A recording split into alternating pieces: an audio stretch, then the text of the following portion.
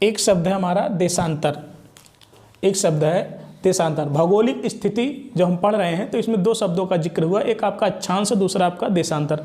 अक्षांश के बारे में हमने जान लिया कि क्या है, ये काल्पनिक रेखा है ना, जो पृथ्वी के केंद्र को कोणीय दूरी के रूप में माना गया है, खींचा गया है।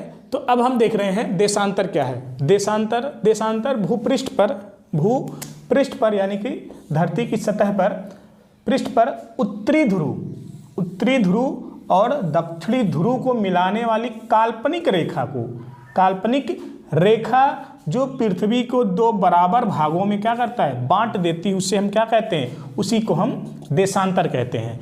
यानी कि ये पृथ्वी है, आपका पृथ्वी है, और यहाँ से जो रेखाएं खींची गई हैं, चाहे वो मध्य बिंदु से हो चाहे वो कहीं और से खींची गई हो, वो क्या करती हैं, वो पृथ्वी को दो बराबर भागों में बांटती हैं। लेकिन अक्षांश क्या है, अक्षांश पृथ्वी को सिर्फ एक ही अक्षांश था जो पृथ्वी को दो बराबर भागों में बांटा था। वो आपका कौन सा, भूमध्य रेखा या विषुवत, या हम कहें जीरो अक्षांश रेखा ही एक ऐसा रेखा था जो पृथ्वी को दो बराबर भागों में बांटता है। लेकिन यहाँ पे क्या है, यहाँ पे जितनी भी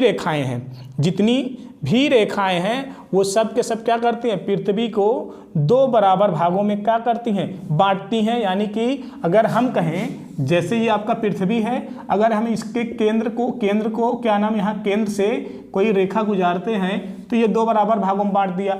अगर यहाँ से हम क्या करते हैं, इसके मध्य से गुजारते हैं तो ये क्या कर दिया, इधर से दो भागों में बांट दिया। अगर हम यहाँ से खींचते हैं तो इधर और इधर दो भागों में बांट दिया। अगर हम क्या करते हैं, यहाँ से खींचते हैं तो इधर और इधर दो भागों में बांट देता है। यानी कि जिसे हम आर्य सममित कहते हैं, आर्य सममित या रेडिकल सिमेट्री कहते हैं। मतलब कि कहीं से मध्य बिंदु के हम कहीं से भी रेखा गुजारते हैं उसको क्या करता है, दो बराबर भागों में बांट देता है। उसी तरह से आपका देशांतर भी है। देशांतर रेखा भी एक काल्पनिक रेखा है और ये रेखाएं अक्षांश रेखाओं की तरह समानांतर नहीं होती हैं, है ना। ये समानांतर नहीं होती हैं, लेकिन अक्षांश रेखाएं क्या होती हैं, वो समानांतर होती हैं। एक डिग्री के अंतराल पर क्या होती हैं, खींची गई हैं। लेकिन ये क्या है, ये समानांतर नहीं होती हैं। ये हर रेखा क्या करता है, यहाँ तक कि ये वाला रेखा भी क्या करता है, यहीं से खींचा गया है। यानी कि इसके नॉर्थ पोल से खींचा गया है और वो कहाँ लाके मिला रहा है, साउथ पोल पर। यानी कि ये रेखा भी क्या है, पृथ्वी को दो भागों में काट रहा है। और ये वाला क्या है, ये वाला रेखा भी पृथ्वी को दो भागों में क्या कर रहा है, डिवाइड कर रहा है। ये जितने भी समांतर रेखाएं हैं ये क्या करती हैं, पृथ्वी को कहीं से भी, बस उनका मतलब क्या नाम है, कहीं से भी आप खींचेंगे, अगर साउथ पोल से यानी कि नॉर्थ पोल से, उत्तरी ध्रुव से दक्षिणी ध्रुव आप मिलाने की कोशिश करते हैं तो पृथ्वी को दो भागों में डिवाइड करेगा। अगर यहाँ पे देखें, इनके बीच की जो दूरी होती है वो दूरी जैसे जैसे हम ऊपर की तरफ जाएंगे, ये आपका क्या है, ये आपका भूमध्य रेखा है। ये भूमध्य रेखा के ऊपर जैसे जैसे हम जाएंगे इनके बीच की दूरी कम होती जाएगी, और जैसे जैसे हम नीचे आएंगे इनकी दूरी बढ़ती जाएगी। देखो हम ऊपर की तरफ जा रहे हैं, ऊपर की तरफ जाने पर क्या हो रहा, दूरी कम हो रहा। अब यहाँ पे देखो, यहाँ पे इनके बीच गैप ज़्यादा है। यहाँ पे इस देशांतर 0 डिग्री देशांतर और 1 डिग्री के देशांतर में अगर हम देखेंगे तो इनके बीच यहाँ पे ज़्यादा दूरी है। लेकिन जैसे जैसे हम ऊपर जा रहे हैं, देखो जैसे जैसे हम ऊपर जा रहे हैं, ये देखो ऊपर की तरफ जा रहे हैं, यहाँ दूरी क्या हो रहा है, कम हो जा रहा है। यानी कि ऊपर की तरफ जाएंगे तो दूरी कम, नीचे की तरफ आएंगे तो दूरी ज़्यादा। लेकिन दूरी ज़्यादा कहाँ होगा, सबसे ज़्यादा दूरी भूमध्य रेखा पर होगा। भूमध्य रेखा पर होगा, वो भी कितना होगा, लगभग 111.33 किलोमीटर भूमध्य रेखा पे इतना होगा। लेकिन जैसे जैसे ऊपर जाएंगे ध्रुव की तरफ, पोल की तरफ दूरी कम होती जाएगी। वैसे ये उत्तरी गोलार्ध का है। दक्षिणी गोलार्ध में क्या है, दक्षिणी गोलार्ध में हम जैसे जैसे नीचे आएंगे दूरी क्या हो जाएगी, देशांतर रेखाओं के बीच की दूरी कम हो जाएगी। और जैसे जैसे हम भूमध्य रेखा की तरफ जाएंगे दूरी क्या हो जाएगी, बढ़ती जाएगी। और सबसे ज़्यादा कहाँ होगा, सबसे ज़्यादा दूरी भूमध्य रेखा पर ही होगा, 111.33 किलोमीटर। और ये जो आपका 0 देशांतर रेखा है, जीरो डिग्री देशांतर रेखा, इसी को हम क्या कहते हैं, इसी को हम प्रधान या मोत्तर रेखा भी कहते हैं, या ग्रीनविच मीन टाइम।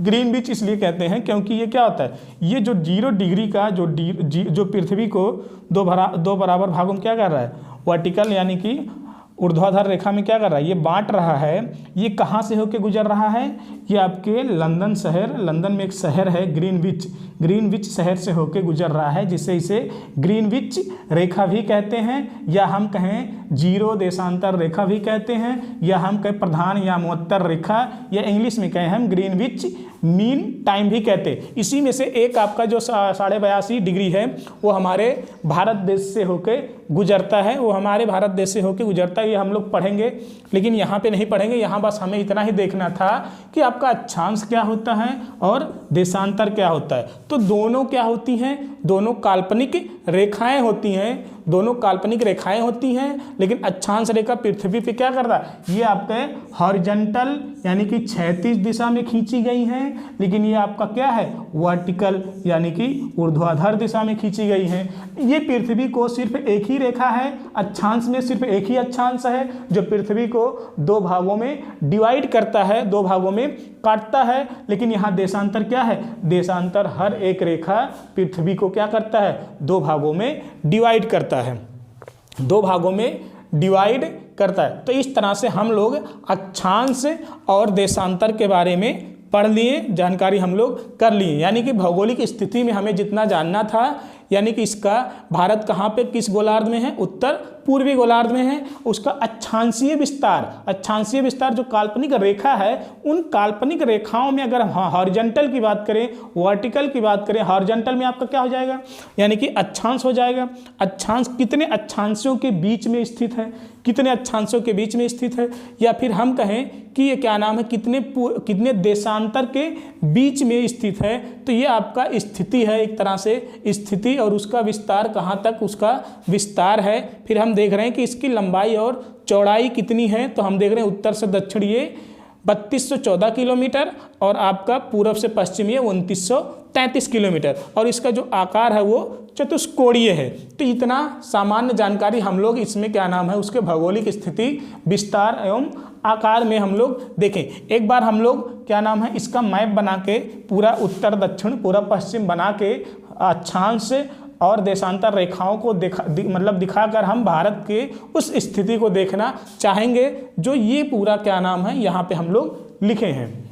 समझ लेते हैं देशांतर रेखा को, एक बार हम लोग फिर से समझ लेते हैं कि मतलब देशांतर ऐसा काल्पनिक रेखा है जो पृथ्वी के उत्तरी ध्रुव को दक्षिणी ध्रुव पर क्या करता है, मिलाता है। लेकिन ये मिलाता तो है, लेकिन पृथ्वी को 2 बराबर भागों में काटते हुए, 2 बराबर भागों में क्या होता है, काटते हुए ये मिलाता, और ये कहीं भी एक दूसरे के समानांतर कहीं नहीं होते हैं। हाँ, ध्रुवों पर इनके बीच की दूरी सबसे कम हो जाती है, और जो आपका भूमध्य रेखा है यहाँ पे इसकी दूरी सबसे ज़्यादा हो जाती है। तो यहाँ पे आपका उत्तरी अक्षांश और आपका यानी कि अक्षांश और देशांतर के बारे में थोड़ा बहुत हम लोग जानकारी कर लिए हैं। लेकिन जब हम लोग विश्व का भूगोल पढ़ेंगे, विश्व के भूगोल में वहाँ पे ये चैप्टर ही है आपका देशांतर और अक्षांश, तो वहाँ पे हम लोग बहुत डिटेल से वहाँ पढ़ेंगे। जैसे आपका एक कह रहा है कि ऊपर की जाने पे दूरी क्या हो जाता है, कम, इनके बीच, और नीचे की तरफ आने पे क्या हो जाता है, ज़्यादा।